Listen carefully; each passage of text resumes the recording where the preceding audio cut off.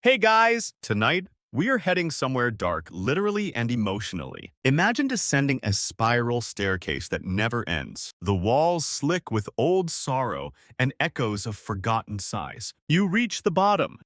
There it is, the underworld, home of shadows, broken dreams, and one extremely moody god with surprisingly delicate hands. You see, Hades, Lord of the Dead, collector of lost souls, reluctant uncle to half the pantheon, has a bit of a boredom problem. Not in the dramatic, fire and brimstone kind of way. No, this is the slow, creeping kind of boredom. The kind that makes you stare at walls for centuries. The kind that makes you ask, what if I took up pottery? So, before you get comfortable, take a moment to like the video and subscribe, but only if you genuinely enjoy what I do here. And drop a comment with where you're listening from and what time it is. I love seeing the night owls around the world. Now, dim the lights, maybe turn on a fan for that soft background hum, and let's ease into tonight's journey together. You slump into your throne, a big block of carved obsidian that still creaks after all these millennia. Spirits shuffle past with their daily grievances, mostly lost sandals, and unfair judgments. Persephone's off somewhere in the asphodel fields trying to teach ghosts how to whistle. And you just broke another scepter out of pure ennui. The thing about ruling the dead is that the job doesn't change. Ever. Souls come in. They moan. They get sorted. Sometimes they scream. Sometimes they write bad poetry. You nod. You judge. You stamp their fate. Repeat. Repeat. Repeat. One day, while wandering aimlessly past the fields of punishment where some poor guy is still getting poked with birds, you notice something odd tucked in a corner of your palace garden. A lumpy object made of hardened clay, probably dropped by one of those newer shades. Mortals bring weird things down these days. You pick it up. A bowl, badly made, uneven, cracked. But honest, there's something meditative about the shape. The curve. The way your thumb fits in the dip like it remembers a touch that wasn't yours. And for the first time in ages, you don't feel entirely dead inside. Just mostly. Historians still argue whether this moment really happened, whether Hades, god of wealth and the afterlife, ever touched clay. But in this version, he does, you do. And you're about to go all in. You call for the nearest spirit who remembers dirt, a potter who died mid-throw, probably yelling at his apprentice. His name is Millennium. He arrives grumpy, translucent, and deeply offended by the state of underworld ventilation. Clay is alive, he mutters, and you want to trap it down here. It'll sulk. You don't care. You're the king. You order mud, a lot of it. The river Lethe bubbles up a mucky kind of sludge that smells faintly of regret. It'll do. You build a rudimentary wheel cobbled together from bits of bone, old chariot parts, and a cranky satyr's shield. The first pot you try to make ends up as a suspiciously shapeless lump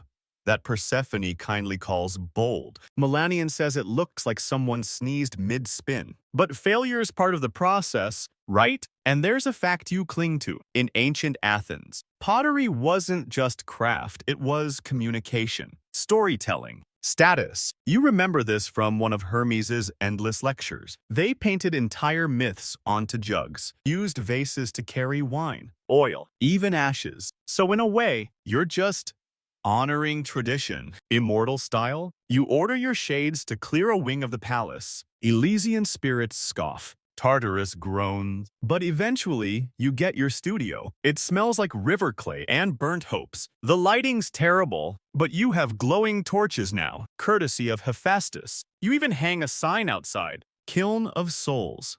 Mind the dog. 1 week in, your hands are permanently dusty. You fired 5 pots. 3 exploded. 1 melted. 1 turned out okay but has a ghost trapped inside. He keeps whispering weather predictions. So you keep it. Still, it's peaceful. The wheel spins. Time doesn't. And for a god whose domain is the unchanging finality of death, creating something feels shockingly good. The Olympians haven't noticed yet, which is good. You know how Zeus gets? He once banned leaf collecting because Athena made a scrapbook that hurt his feelings. You roll up your sleeves, press your fingers into the wet clay again, and shape the 6th pot. You're not sure what it's meant to hold. Olive oil, tears, memories. Doesn't matter. You just want it to exist. You slip above ground at dusk, quiet as a draft in a marble hallway. Even gods have to be discreet when they're doing something embarrassing like spying on mortals for artistic inspiration. You wear a travel cloak, borrowed from Hermes' closet, which smells like mischief and slightly expired nectar. No one suspects you're the lord of the dead when you look like an out-of-work philosopher with clay under his nails. Athens bustles, the streets hum with late-day barter and bad lyre playing. You follow the scent of charcoal and wet terracotta through winding alleys until you reach a cluster of pottery workshops. They're loud, hot, and full of mortals shouting about aesthetics and payment delays. A child throws a pot better than your last 3 attempts. And yes, you absolutely take that personally. Inside the largest workshop, a master potter teaches his apprentices how to coil a crater. The room is filled with shelves of drying amphorae, stacks of broken shards, and carefully painted mythic scenes.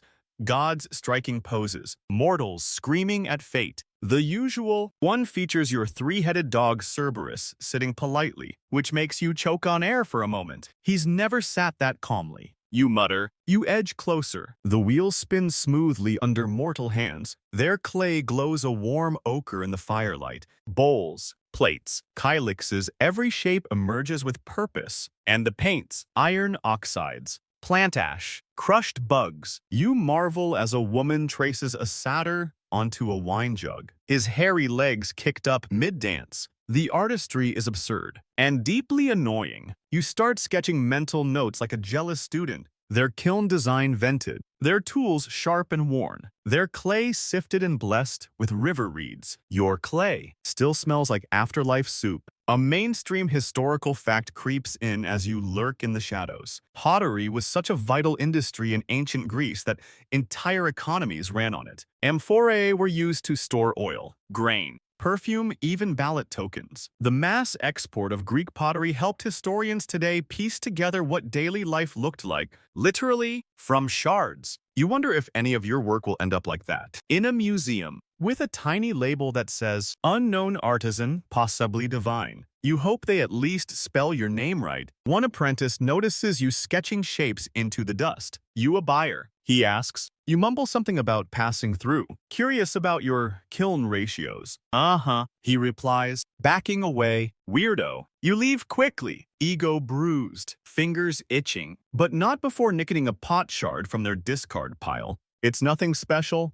Half a handle, a corner of painted meander pattern. Still, it feels important. A relic. You tuck it into your robe like a lucky charm. Back in the underworld, you slam it down on your workbench for inspiration. Persephone peeks in and raises an eyebrow. You're copying mortals now. Improving. You say, ah. She nods. With stolen trash, bold choice. You don't argue. She's not wrong. You sketch out the shape of a cantharos, one of those elegant wine cups with looping handles. It's absurdly difficult to balance, but you want the challenge. Now, here's your quirky tidbit of the day. Some scholars believe ancient potters purposely made their drinking vessels slightly unbalanced to force the drinker to pay attention. A kind of subtle social test. Drop it, and you're a clumsy oaf. Hold it properly. You're civil, clever, in control. You like that? Melanian returns from his sulking nap in the river of woe and starts critiquing your form again. You're not making pots, he sighs. You're making mood swings. You're not offended. Much. Historians still argue whether gods ever truly learned from mortals, or if it was all theatrical mimicry. But down here, you are definitely copying their techniques. You grind minerals for pigment, mix ash for slip. You even start labeling your pots in linear B just to mess with archaeologists. Let them guess. You repaint your studio wall with sketches of mortal tools, compass curves, handle widths,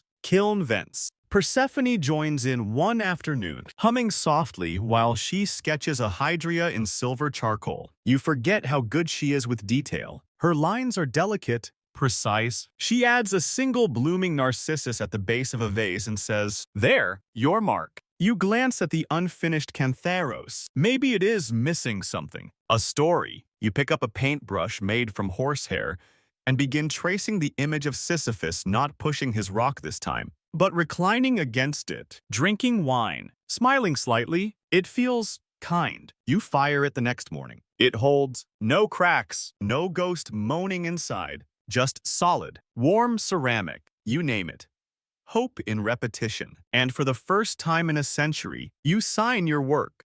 HDS. It only takes one failed firing to ruin your entire mood. You'd think that as a death god, you'd have made peace with destruction. But no, this is different. This is your destruction. Handmade, painstaking, and utterly demoralizing. You stare at the pile of blackened pottery shards littering the floor of your kiln room. What was supposed to be a commemorative urn for Eurydice's poetry recital now looks like volcanic gravel. You poke one of the shards with your foot and sigh so deeply it echoes into the fields of mourning. Turns out, clay doesn't fire properly without the right kind of heat. And while mortals have lovely access to open skies, dry air, and sunshine, you have moisture. Eternal damp. The underworld's climate hovers somewhere between haunted swamp and crypt sauna. You tried using torches, then enchanted braziers, then actual dragon breath which melted the door and singed your eyebrows. Nothing works quite right. So now you stand in front of your busted kiln, arms crossed, brow furrowed, while Melanian tries to explain thermodynamics using ghost diagrams made of ash. You need airflow. He grumbles, sketching swirls into the soot.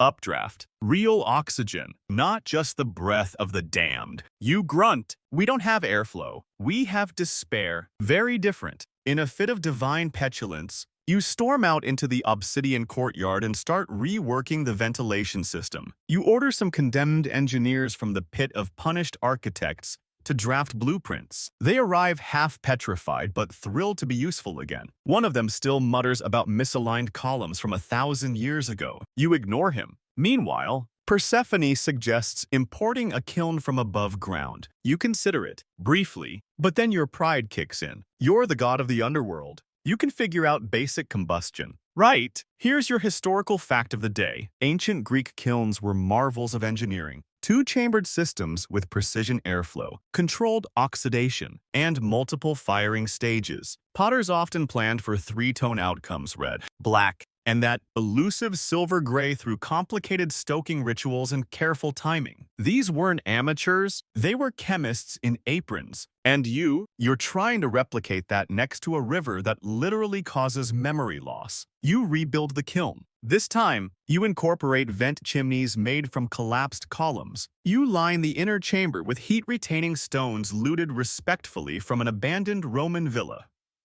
Okay, maybe not so Greek, but close enough. You enchant the bellows with underworld breath, a mix of soul vapor and nostalgic sighs. And it works, sort of. The temperature spikes, the clay hardens, the pots stop exploding. You even fire a proper amphora that doesn't scream when touched. Progress. But the price of fire is noise. Your new system wails like a banshee every time the heat rises. It's technically functional, but now the entire palace hums like a kettle filled with ghosts. Romantic. Persephone says dryly one evening, really sets the mood. You consider naming the kiln Persephone's Whisper, just to annoy her. She responds by painting a cow on one of your bowls and labeling it Zeus. Probably. Your spirits begin gathering near the kiln just to warm up. Tartarus is freezing year-round, and someone figures out you can toast ambrosia bread on the kiln's outer rim. A whole little ecosystem starts blooming around it, ghosts chatting, sipping fermented pomegranate tea, playing dice games, arguing over who gets to paint next. It's chaotic, it's smoky, it's alive. You're not used to things thriving here. Normally, your kingdom excels in not changing. But now, there's pottery stacked in corners, laughter in the halls, even a waiting list for kiln slots. A dead Spartan named Cleon insists on making 50 commemorative goblets for his old hoplite unit. You let him. The man died mid-battle cry.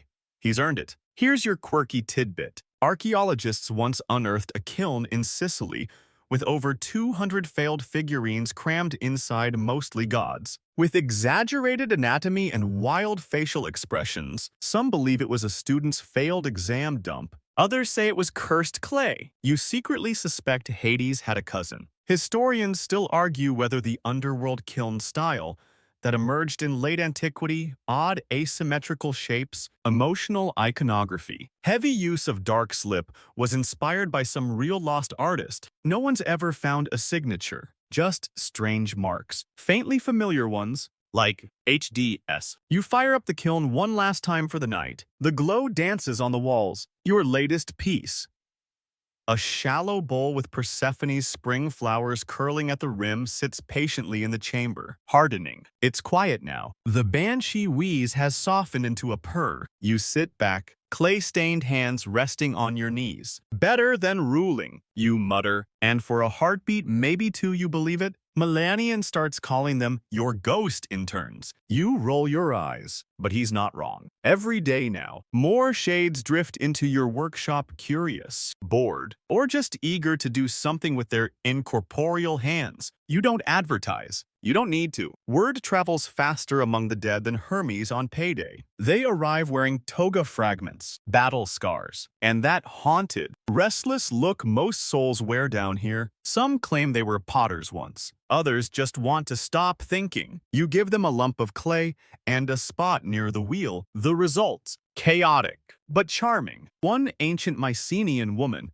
insists on making vases shaped like goats. An Etruscan teenager molds a bowl shaped like his ex-girlfriend's face, emotionally complicated, but well-balanced. Even Orpheus swings by one evening to make a lyre-shaped teapot that whistles in minor keys. You don't ask why they stay. Some don't. But those who linger begin to form a rhythm. The workshop fills with the rhythmic whir-whir of spinning wheels, the soft squelch of clay, and the occasional frustrated sigh when a ghost forgets they can't manipulate physical matter without immense focus. So you start enchanting tools, brushes that move for the less tethered, tongs that respond to voice commands, a sponge that floats and critiques proportions. Persephone names it Medea. There's a kind of therapy happening, though no one dares name it. You're supposed to be the final stop, not a halfway house with artisan hobbies, but you watch them. Soldiers sculpting shields they never got to raise, lovers forming bowls for kisses they lost,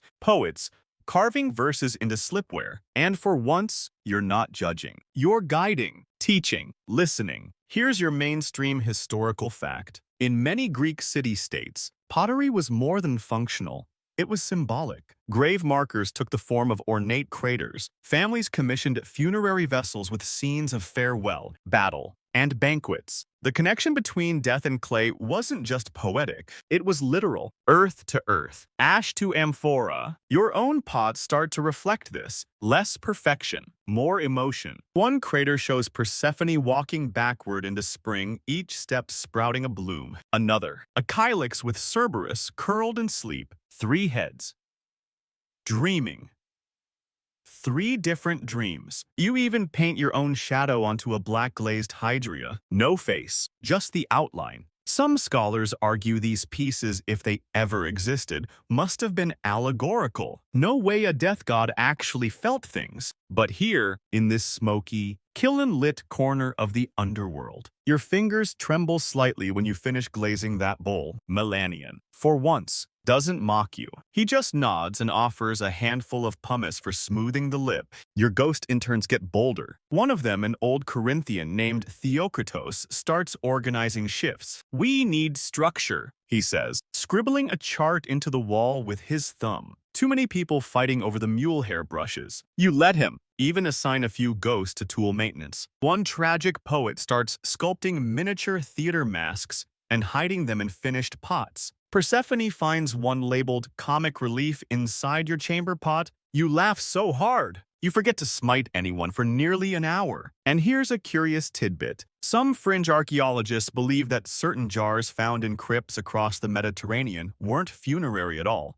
but therapeutic, crafted by the grieving as a way to anchor memories. They were buried not with the dead, but near the living, like emotional bookmarks in earth. You don't know if that's true, but watching your spectral apprentices shape grief into goblets, pain into platters, you can't help but believe it's possible. Your palace begins to shift. Walls echo less with screams, more with casual bickering over glaze consistency. The air smells faintly of wood smoke and citrus slip. Persephone leaves dried flower petals on the windowsill of the kiln room. Cerberus stops eating the sponges. Mostly, it's chaos. Yes, but it's your chaos. And you find yourself dreading the day someone from Olympus finds out. They won't get it. Not really. They'll see distraction, vanity, a waste of divinity. But you're reshaping the underworld with every bowl that cools. One evening, you fire a cup with a single phrase etched beneath the base. He who shapes grieves less. You never signed that one, but you keep it on your shelf. Next to a cracked shard from your very first try. You should have known Zeus would find out. The man can't leave well enough alone, especially if someone else is getting attention without his involvement or thunderbolts. It happens just after you've completed a batch of amphorae,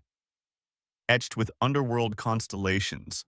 Little-known patterns only visible from the land of the dead. You're feeling good, centered. You haven't cursed anyone in days, and then he shows up. No announcement, no lightning bolt, just a sudden whoosh of sanctimonious air, a golden shimmer near the rafters. And then there he is, Zeus, king of the gods, father of too many. Wearing his usual smug expression and about 3 too many laurels, he looks around your studio with barely contained disgust. What? He says, voice dripping like honey over broken glass. Is all this? You wipe your hands on a rag and try to play it cool. Clay, you say, dead people, community enrichment. You wouldn't understand. He picks up a cup, one of the Persephone specials with pomegranate blossoms, and turns it over. You made this. You nod. He snorts. Cute. Very handmade. Looks like something Hermes would sell in a roadside stand next to fermented goat milk. You clench your jaw. The pot doesn't shatter in his hands, which you count as personal growth. Then he sees at the cup. That cup, the unsigned one with the phrase etched beneath. He reads it aloud,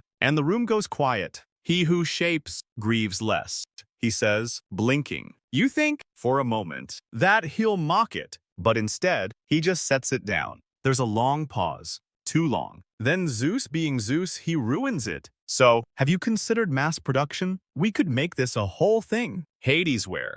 Bit rustic, bit tragic. The mortals love that these days. You nearly drop your chisel. I'm not turning the underworld into a souvenir shop. You growl? Why not? He grins. You've got dead labor, free materials. I'll fund it. Maybe put my face on some of the bigger pieces. You physically push him toward the exit, which is risky given his lightning problem, but satisfying nonetheless. He goes, eventually, mumbling about wasted brand synergy. Persephone appears after he leaves, holding a plate that now bears a faint thumbprint of Zeus near the rim. Well, she says, that'll be worth something in 800 years. Here's your mainstream historical fact. In some ancient households, dishes and utensils with divine imagery weren't just decorative. They were spiritual protection. Eating from a plate with Athena on it was believed to grant wisdom. A jug with Dionysus might preserve wine longer. And some rare pieces still being debated today have Zeus himself painted in the background of domestic scenes, oddly holding a bowl. Coincidence? Maybe. That evening, the workshop holds a sort of informal group therapy session around the kiln. Ghosts gossip about Zeus. Melanian curses the quality of the air since his visit, and someone starts sculpting a caricature of him with comically large ears. You allow it. In fact, you encourage it. The kiln burns brighter that night. Here's your quirky tidbit. In an obscure vase found in a rural temple ruin, archaeologists discovered a scene not catalogued in any known myth. Zeus slipping in wet clay, his expression, pure cartoon panic. Some say it was satire. Others claim it was a warning. But you like to believe someone else. Once upon a time, also had a very frustrating visit from the king of Olympus. Historians still argue whether divine pottery ever crossed into mortal hands. The signatures are vague. The styles are inconsistent, but there are recurring motifs: 3-headed dogs curled in spirals, shadows dancing backward, flowers blooming from bones, and once in a while, HDF. You go back to the shelf and quietly slide the unsigned cup to the back, just in case he comes looking for royalties. Later, as you glaze a small plate with spirals meant to mimic Persephone's laugh, Cerberus wanders in. He sniffs a drying vase, lets out a low grumble, and licks it. You sigh. The next morning, You find a paw-shaped dent right where Zeus's thumbprint had been. You don't fix it. You name the plate Divine Interruption and hang it on the wall. Because clay, like history, always keeps the fingerprints, even the ones you didn't ask for. You love Cerberus, you really do. But the dog has absolutely no respect for pottery. It starts small. A missing vase here, a broken amphora there. At first, you assume it's just ghosts being careless, maybe tripping over their own regrets. But then you find paw prints in the glaze, wet ones, and a half-eaten jug handle in Cerberus's favorite corner next to the river of wailing. You call him in. All three heads look at you like butter wouldn't melt in their collective mouths. One yawns, one burps. The middle head is chewing something suspiciously ceramic. You're eating my pots, you say flatly. The middle head sneezes out a shard. You're not mad, well, okay. You are mad, but mostly you're baffled. Why now? After centuries of guarding souls, biting intruders, and sleeping on volcanic ash, your majestic, terrifying, soul-sniffing hound has developed a taste for pottery. Persephone walks in mid-interrogation. She surveys the trail of broken mugs, chewed bowls, and one half-digested vase that used to depict Orpheus doing yoga. Oh, good, she says. He's discovered texture. You try every trick. Enchanted chew toys, bone-shaped decoys made from Elysian marble, even a Cerberus-safe series of unglazed storage jars scented with beef tallow. He's briefly interested but still, somehow, always returns to your best work. You start hiding your drying shelves, move them higher, hang signs, cast deterrent spells. Nothing works. Cerberus is stealthy when he wants to be. He once broke into a sealed sarcophagus just to nap in the silk lining. A clay studio. Child's play. Here's your historical fact. Ancient Greek dogs did serve in temples. Archaeologists have found leashes, collars, and even burial markers for sacred canines. Some historians believe dogs were considered spiritual guardians protecting homes from both intruders and wandering spirits. But no record exists of dogs eating sacrificial vessels. That part seems to be uniquely your problem. One ghost suggests you turn the problem into inspiration. Make him part of the story, she says, while shaping a lopsided plate covered in dog prints. So you try it. The next batch of pots features Cerberus motifs, each head given a personality. One snarky, one sleepy, one drooling. The ghosts love it. The Elysian retirees even commission limited edition Cerberus snack bowls, shaped like paw prints. A few of them actually use them to hold olives during their endless afterlife bridge games. And here's your quirky tidbit. In one obscure Athenian tale, almost certainly a joke passed off as epic, a man tries to bribe Cerberus with honey cakes but ends up chased into the underworld because the dog wanted ceramics. Scholars mostly ignore this fragment, but you start to wonder if someone, somewhere, saw this coming. Historians still argue whether the chipped vases found near underworld shrines were offerings or accidental breakage, but a few bear faint indentations that look canine, shallow, clawed, weirdly symmetrical. One theory proposes these were part of a ritual pot breaking for safe passage. You think maybe it was just Cerberus being Cerberus. You keep one of his paw-marked bowls for yourself. It's rough, uneven, utterly unsellable, and somehow your favorite. You scratch his ears, all 6 of them, and tell him, fine, you're part of the brand now. He licks your face and then immediately tries to steal a cooling chalice. You yell. He barks. Persephone laughs so hard she drops her brush into a jar of ghost tears glaze. That night, you fire a special piece, a wide, shallow bowl with his 3 faces drawn in soft slip. Around the rim, you inscribe, guarded by clay, shaped by chaos. You set it high, on a shelf where even Cerberus can't reach. Probably, you should have known not to let Persephone near the glazes. It starts with a whisper of curiosity, a casual question over breakfast, dried fig tart, and underworld espresso. What if, she says, we added some shimmer? You look up from your notebook of kiln temperatures and pottery forms. Shimmer, like emerald, she says, or maybe obsidian sparkle, something springy. You groan. This is clay, not a ball gown. But it's too late. She's already disappeared into the herbarium, muttering about powdered minerals and reclaiming the Persephone aesthetic. You know that look. The last time she got it, The river cocytus turned lavender for a week. By sundown, she's back with jars of crushed malachite, powdered opal, some suspicious underworld moss, and a tiny vial labeled Echo's Tears. You don't ask. You just watch her stir everything together like a sorceress at a cocktail bar. Here's your historical fact. Greek glazes were complex, made from lead silicates and other minerals. They could produce brilliant blacks, deep reds, even metallic sheens depending on the firing method. Artisans closely guarded their formulas, sometimes to the grave. Literally, some workshops buried their glaze masters with the exact ingredient lists etched into the coffin. You're about to become one of them. Persephone applies her new emerald concoction to a small vase, one meant to hold offerings of pomegranate seeds. She fires it in the kiln under your supervision, and at first, it works. The glaze melts evenly. The pot hardens. It comes out looking like morning dew on spring grass. And then it starts hissing. A soft, emerald mist pours from the vase's mouth. Cerberus growls. The ghosts back away. One faints theatrically. You step forward and appear inside. A tiny flower blooms. From clay, it's unsettling. You try to touch it. The petal folds towards you like it recognizes its creator, then promptly wilts into ash. Persephone is delighted. We've created life. She cries. No, you reply, wiping ash from your fingers. We've created weird. She immediately makes 3 more. The next week becomes a blur of experimental glazes, crushed bone, river salts, sand from ancient forgotten beaches. The pottery looks incredible. Shimmering swirls, hidden images, even a bowl that changes color depending on who touches it.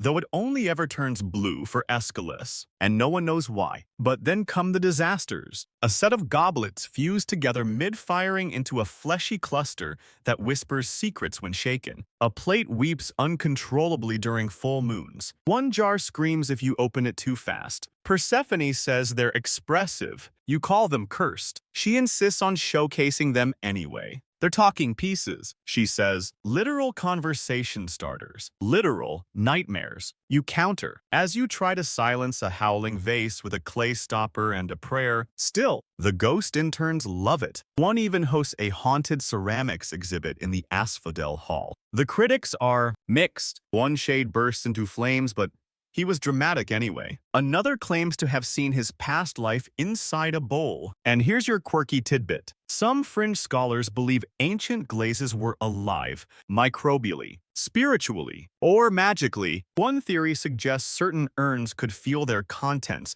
and adjust temperature accordingly. Another claims a Spartan drinking cup once bit its owner mid-toast. No one takes that last one seriously except, of course, Persephone. Historians still argue whether the sudden shift in pottery style during the later classical period, swirling patterns, strange luminescence, asymmetry was a response to philosophy, politics, or some lost underground movement. A few point to a mysterious symbol appearing in several pieces, 3 dots over a spiral, similar to your house crest. Coincidence. You fire one last experimental plate using Persephone's latest glaze, a mix of wine lees, poppy pollen, and crushed starlight allegedly. It emerges with a halo-like glow. Cerberus whines. The ghosts all take one step back. You don't dare touch it. Instead, you carefully wrap it in soft underworld wool and place it inside a sealed cabinet. You label it "Do Not Open Until Equinox." Then go find Persephone, who's now attempting to sculpt a self-watering flower vase that sings lullabies. You don't stop her, but you do hide the echo's tears. It starts with the sound of armor clinking, heavy, purposeful, dramatic in that "I've entered a room and I expect applause" kind of way. You don't look up at first. You're busy carving a delicate vine pattern into the rim of a deep wine cup, a style you've started calling glomeware, because the glaze catches the flicker of underworld torches just right. You're in the zone, focused. Then you hear the throat clearing. Hem. You sigh. Only one god clears his throat like that. You turn. Eris stands in the doorway, all glinting bronze and biceps, helmet tucked under one arm, eyes squinting at your latest shelf of ceramics like he's looking for something to stab. Word is, he grunts. You make pots now. You don't bother responding. You just gesture vaguely toward the ghost interns. The whirring wheel, the faint smell of Persephone's new pine ash glaze crackling in the kiln. He doesn't appreciate the aesthetic. I want a vase, he says. Big, heroic. Me, obviously, mid-battle, full body, preferably with lightning in the background. You don't use lightning. You mutter, I could. He says, defensively, if I wanted to. You try to decline. You really do. But then he paces around, picks up a painted crater with a scene of Orpheus teaching ghosts how to play the lute, and grimaces. This one, he says, looks like a dinner plate made by a sad bird. That's it. That's the line. You agree to make his vase? On one condition, full artistic freedom. He agrees. Of course, big mistake. You start sketching the design that night. Here's your mainstream historical fact. Ancient Greek vases often depicted mythological scenes, but the style and interpretation varied. Some painters focused on realism muscles, tension, detailed weaponry. Others leaned abstract, with geometric embellishments and symbolic representations. The warrior's ego was sometimes exaggerated, sometimes deflated. It all depended on the painter. So you decide to try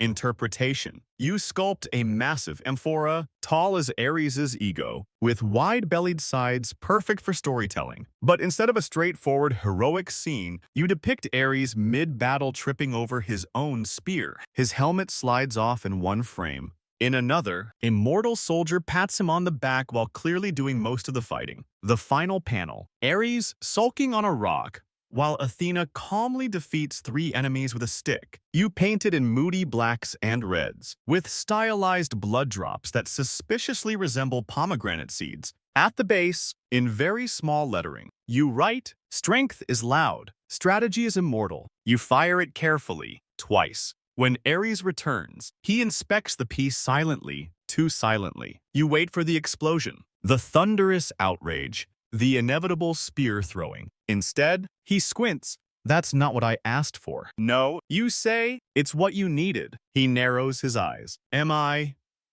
crying in that panel? Yes. There's a long pause. He runs a hand over the rim. The vase is smooth, glossy, surprisingly warm. It's bold, he finally mutters. You raise an eyebrow. Bold. Yeah? He nods, very interpretive. Like that one dream I had after choking on ambrosia. He leaves without breaking anything. That's progress. The next week, Hermes tells you Ares showed off the vase at a divine poker game. Apparently, he claimed it captures the soul of battle, and then tried to commission another one titled Victory is a Vibe. You don't take the order. Instead, you sculpt a miniature version of the vase and let the ghost interns draw their own scenes on it. One depicts Ares tripping over Cerberus. Another shows him getting rejected by Aphrodite. Persephone adds a panel of him crying into a meat pie. Here's your quirky tidbit. There exists a real ancient cup currently in a museum in Berlin that shows a warrior combing his hair before battle. Some scholars say it was satire. Others think it's sincere. Still others argue it reflects the Greek belief in aesthetics as a form of divine protection. You just think it's funny. Historians still argue whether mythological vases were propaganda, parody, or personal confession. But some of them, especially the ones found buried under temples, carry stories too specific, too strange, to be anything but real. You add the Ares vase to your private collection. You label it unrequested truth. And for once, you sleep without dreams.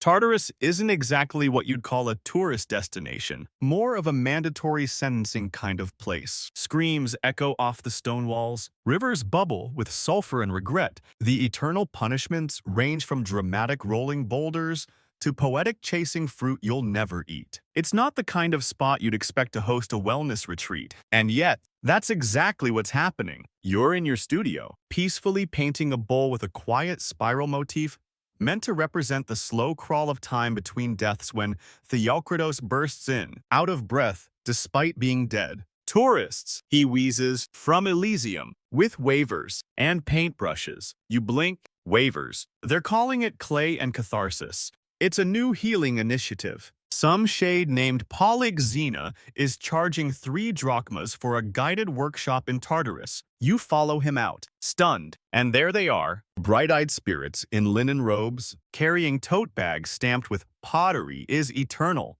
They're chatting, laughing, sipping ghost-infused mint tea. One is taking selfies with a condemned soul who used to be a tyrant. It's offensive. It's loud. It's kind of brilliant. You approach the organizer, Polyxena, a once famous temple oracle who's rebranded herself as a grief ceramist. She greets you with a bow and a confident smile. "Lord Hades, welcome to the future of healing," she says, motioning toward a long table where spirits are quietly painting their regrets onto terracotta plates. You inspect the work. It's not bad. One spirit has sculpted a perfect replica of the sword he used in life, now glazed in soft purples. Another is crafting a tiny home out of clay, something she never had while living. And here's your mainstream historical fact. In some healing sanctuaries of ancient Greece, patients participated in creative rituals as part of their therapy. The Temple of Asclepius at Epidaurus encouraged dream interpretation and symbolic object crafting,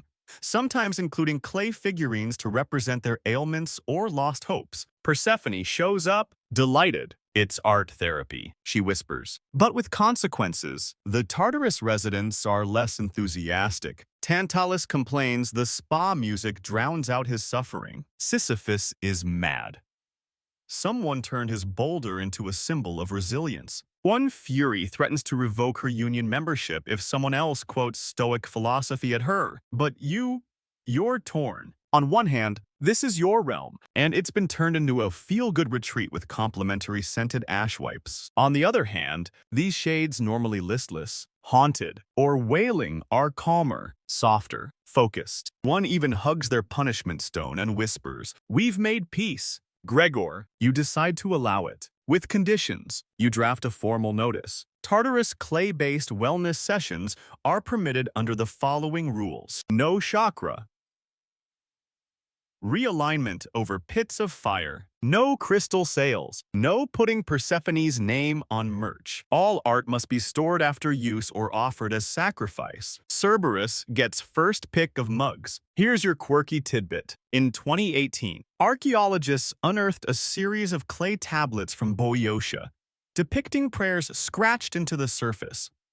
Sometimes petitions for love, sometimes confessions of guilt. Some even appear to be doodled with tiny figures and sad faces. One theory suggests these weren't official offerings but self-made, emotional artifacts. Clay as confession booth. Historians still argue whether the artistic rituals of the ancient underworld were personal or performative. Some believe they were catharsis. Others think they were status symbols, proving you'd found meaning in eternal punishment. A few fringe thinkers insist they were simply boredom projects, existential doodling. One scholar called it, "You host a critique night for the retreat artists. Spirits gather. Clay mugs clink. Persephone brings snacks. One soul presents a bowl etched with every lie he ever told. You nod, impressed. Another displays a sculpture titled, My Mother's Expectations. It collapses mid-presentation. Everyone claps. At the end of the night, you fire a wide, flat plate with the scene of Tartarus below, Elysium above, and a bridge of cracked vases in between. You title it, There's Still Time.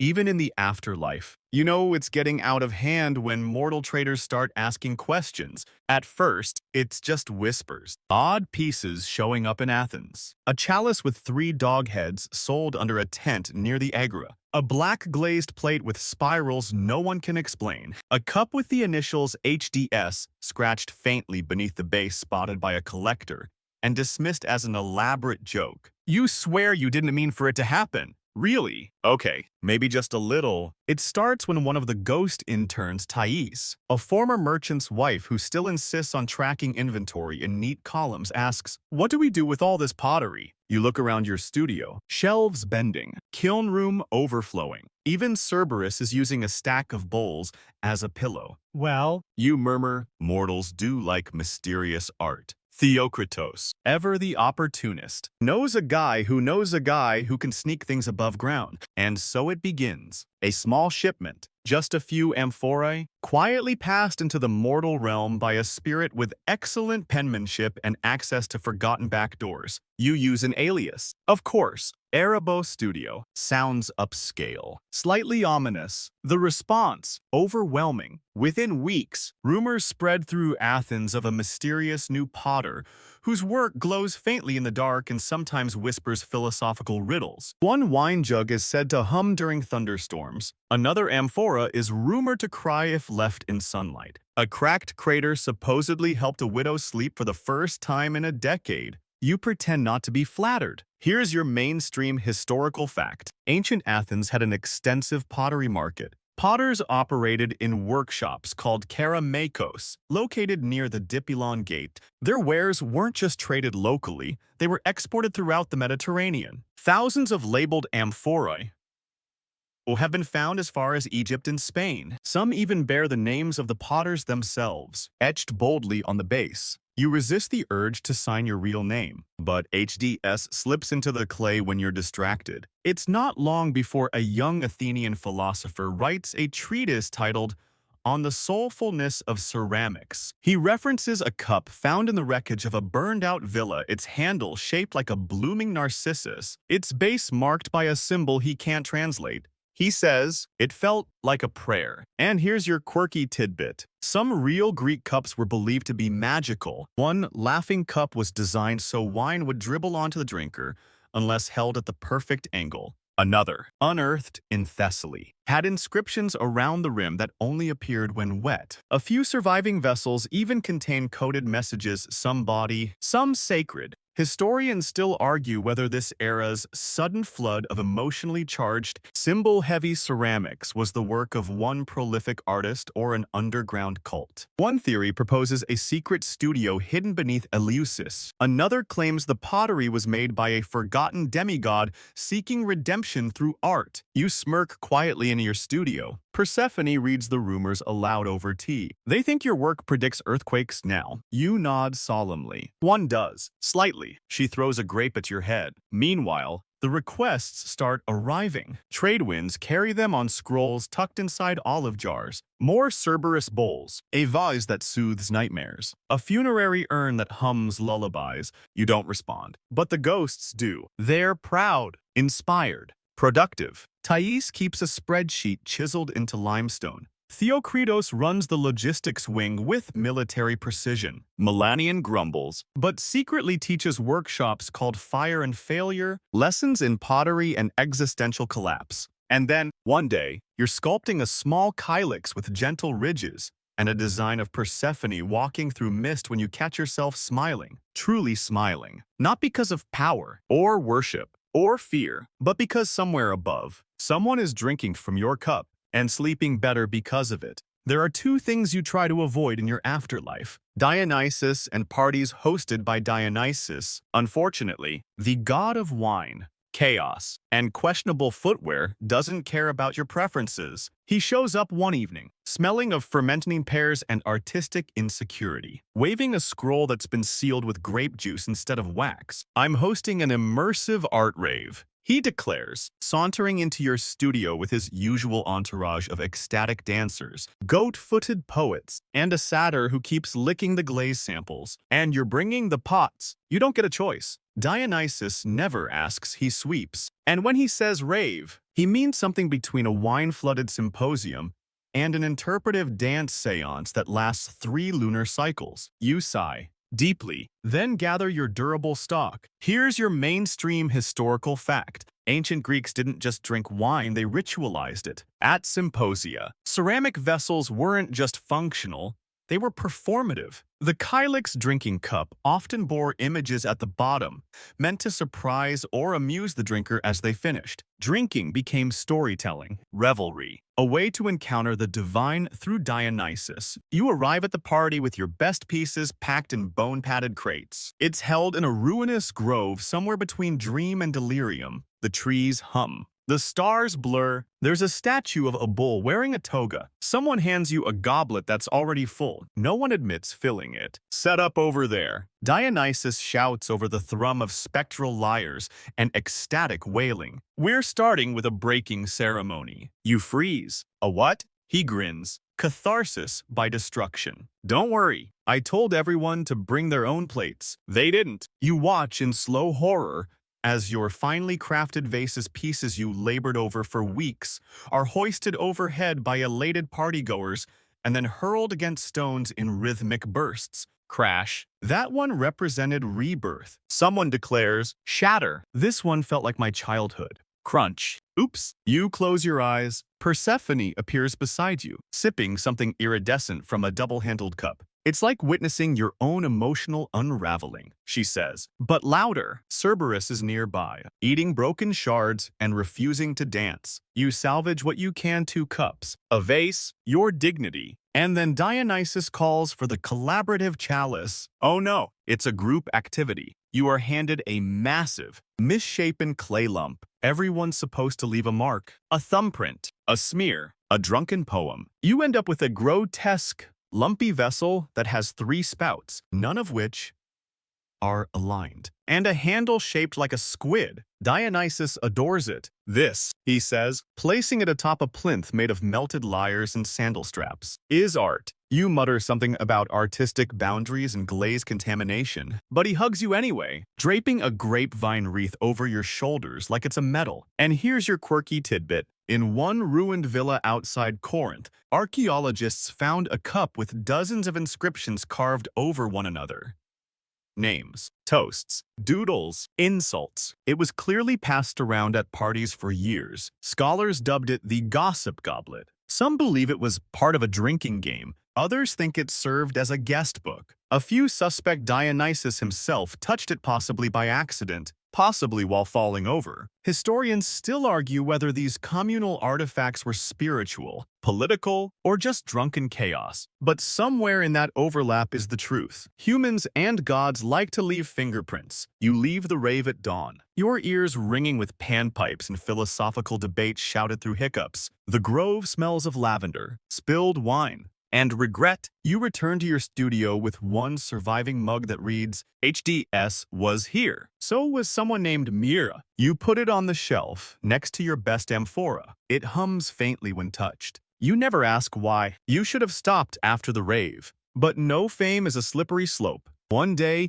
you're sculpting a bowl to process your feelings about eternity, and the next, you're embroiled in an international trade incident over a mug shaped like Medusa's head. It starts innocently enough. A young ghost named Philo carves a series of novelty drinking vessels inspired by mythological monsters. Harpies, minotaurs, sphinxes, each one charmingly grotesque. Persephone sees them and commissions a Gorgon tea set for her solstice brunch. They're wildly popular. You don't even know how the Medusa mugs make it to the mortal realm. You suspect Theocritos, who now wears a custom sash reading Logistics Overlord. He calls it divine outreach. You call it smuggling. Regardless, the mugs appear in a high-end marketplace near Delphi, priced outrageously, and sold with handwritten scrolls explaining their protective charm properties. One ends up in the hands of a Corinthian trade inspector who promptly turns to stone while sipping warm honey water. Not metaphorically, actually stone.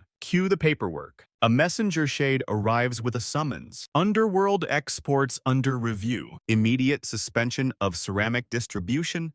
Pending investigation. You don't panic. You pace. You maybe yell into a pot for 15 minutes. Then Hermes arrives. Naturally, bit of a hiccup, he says, sipping from a non-cursed cup. Turns out your mugs are technically weapons, or blessings. Depends on how you spin it. He leans back against your kiln, watching a batch of amphorae cool. Couldn't you have just made normal pots? You glare. What is normal when you're surrounded by the unquiet dead?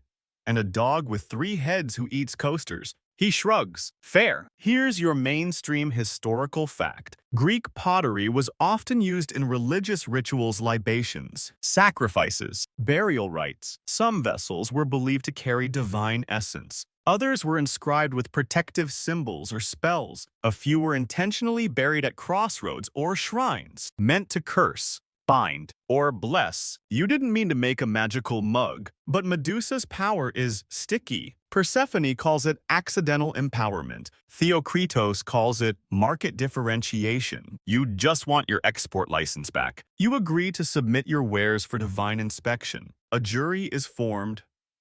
Athena, Hephaestus, and Hera, three of the most judgmental beings in existence. You present a carefully curated collection, one plain vase, one ghost-made platter, and a non-enchanted Medusa mug with a tiny inscription that reads, "Turn back if you're rude." Athena raises an eyebrow. Bold. Hera sips from it without flinching. Needs more gold. Hephaestus just snorts and says, "At least it's not exploding." They allow you a probationary export license under one condition. No more monsterware, unless explicitly labeled satirical. You sigh and stamp the paperwork. Here's your quirky tidbit. In a small museum in southern Italy, there's a cracked cup labeled Medusinix. No one knows where it came from. Its eyes are asymmetrical. The handle curls into a smirk. Some say it petrified 3 archaeologists before being sealed in a lead box. Others say it's just ugly. One theory links it to a mysterious potter known only as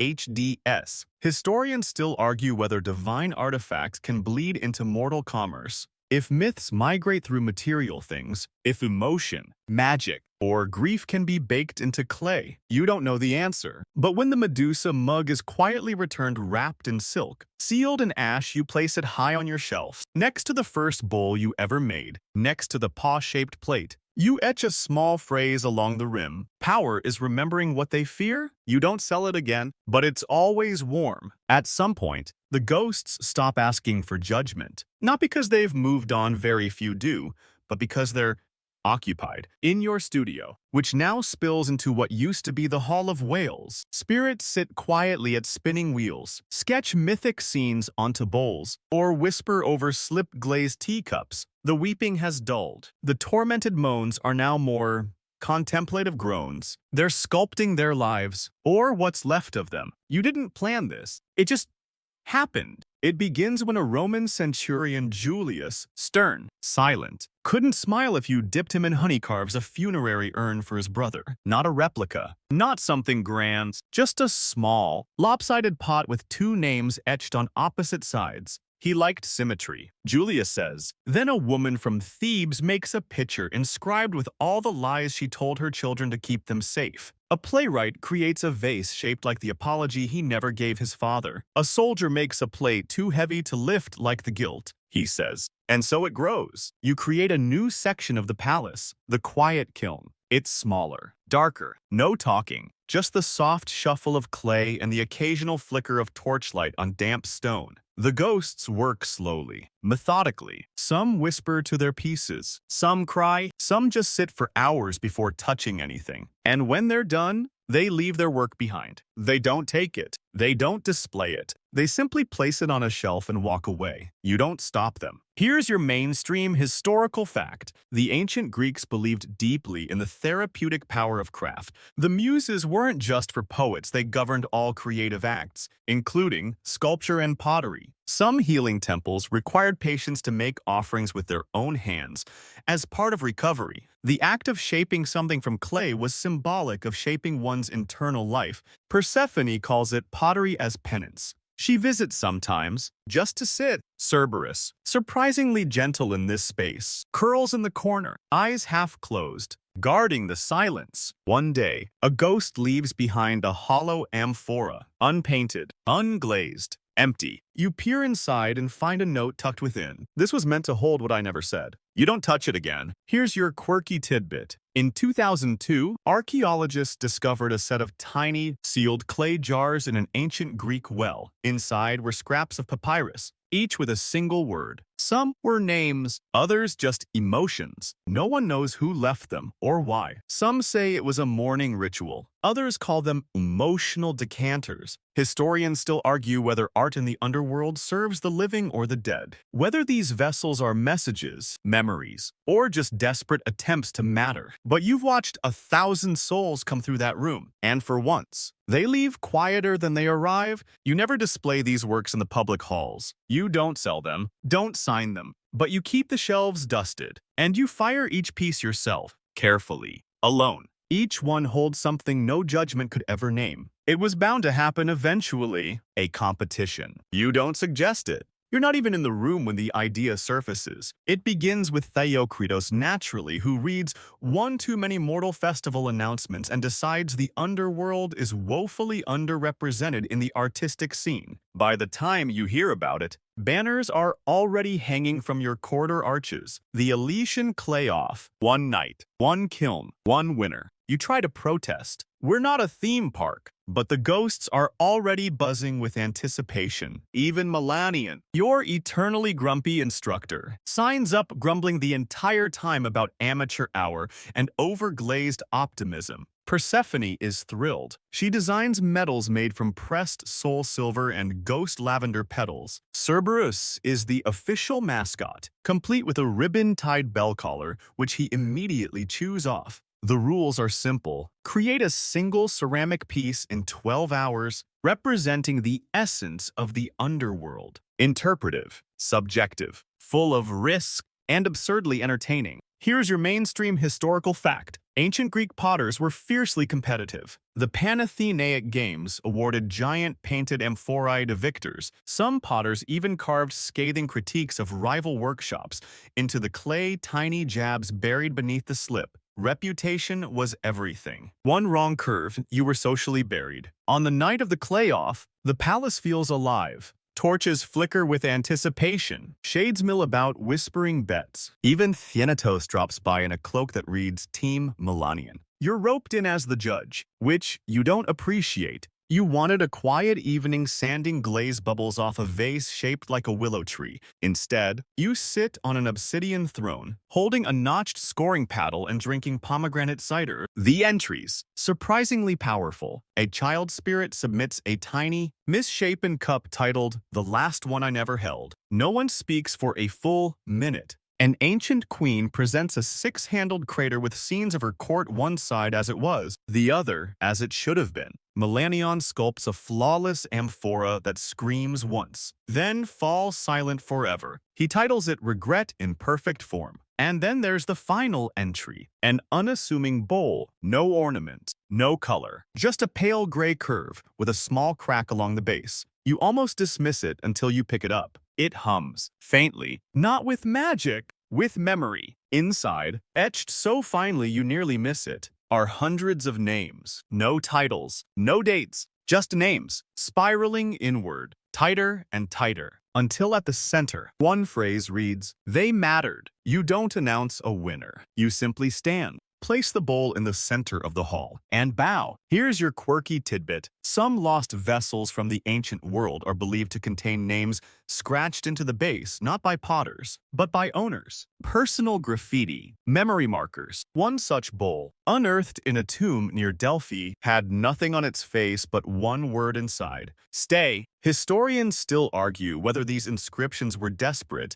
devotional, or deliberate acts of defiance. But you've held that bowl in your hands now. You've read those names. You understand. Later that night, after the kiln cools, and the ghosts drift back to their soft corners, you sit alone with a winning bowl beside you. You don't fire it again. You don't rework the crack. You just whisper one more name inside and set it quietly on the shelf, where it belongs. You don't plan to stop, but you do slow down. It happens quietly, like everything meaningful does down here. One day, you're hunched over a drying vessel, scraping off excess slip, and you realize your hands don't shake anymore. The silence of the studio no longer feels like isolation, it feels like breath. The shelves are full now, amphorae with weeping handles, plates etched with love letters never sent, jars that glow faintly when touched. The ghosts move with less restlessness, more intention. Even the air has changed, less heavy, not lighter. Exactly, just